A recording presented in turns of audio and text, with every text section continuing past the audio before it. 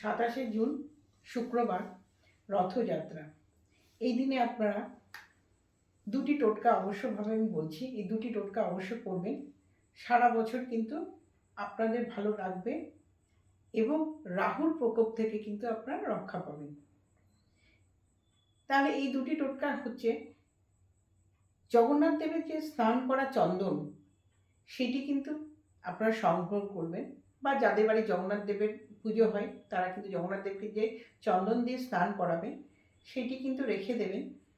প্রতিদিন আপনারা স্নান করার পর ওই চন্দন কপালে অথবা কণ্ঠে ঠেকিয়ে আপনারা ঠাকুরের জপ করবেন।